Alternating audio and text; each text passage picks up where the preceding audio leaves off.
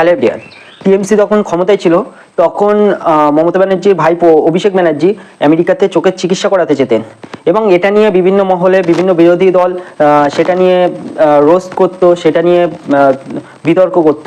সেই সময় আইএসএফ নেতা নওশাদ সিদ্দিকী তিনি অভিষেক ব্যানার্জিকে বলেছিলেন যে আমেরিকায় যেই ধরনের চোখের চিকিৎসা ব্যবস্থা আছে সেরকম চোখের চিকিৎসা ব্যবস্থা পশ্চিমবঙ্গে আনলে তাহলে তাকে আর আমেরিকায় যেতে হবে না। কিন্তু তখন নওশাদ সিদ্দিকীর কথা কর্ণপাত করেননি অভিষেক ব্যানার্জি।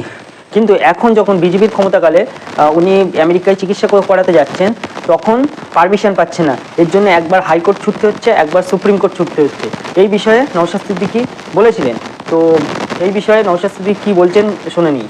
তখন শুভেন্দু আপনার অভিষেক ব্যানার্জি মহাশয় আমেরিকাতে গিয়ে চোখের ট্রিটমেন্ট নিতে গিয়েছিল, অনেকের টিপ্পনি কেটেছিল। আমি কিন্তু টিপ্পনি কাটিনি, আমার ফেসবুক পোস্ট আপনারা দেখতে পাবেন, ওনার পক্ষ নিয়েছিলাম।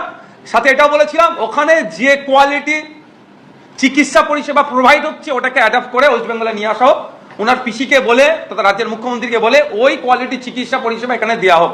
যদি অভিষেক বাবু ওই সময় ভাঙড়ের বিধায়ক নওশাদ সিদ্দিকীর কথাটাকে একটু মান্যতা দিতেন, শুনতেন, তাহলে ওনাকে কলকাতা হাইকোর্টে ছুটতে হতো না, দিল্লিতেও সুপ্রিম কোর্টে যেতে হতো না, এখানেই পরিষেবা হতো।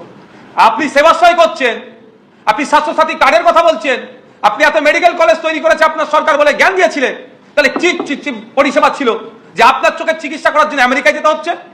যারা আর্থিকভাবে দুর্বল তাদের ছেলে পরিবারগুলো কি চোখ নষ্ট হয়ে যাবে তাদের?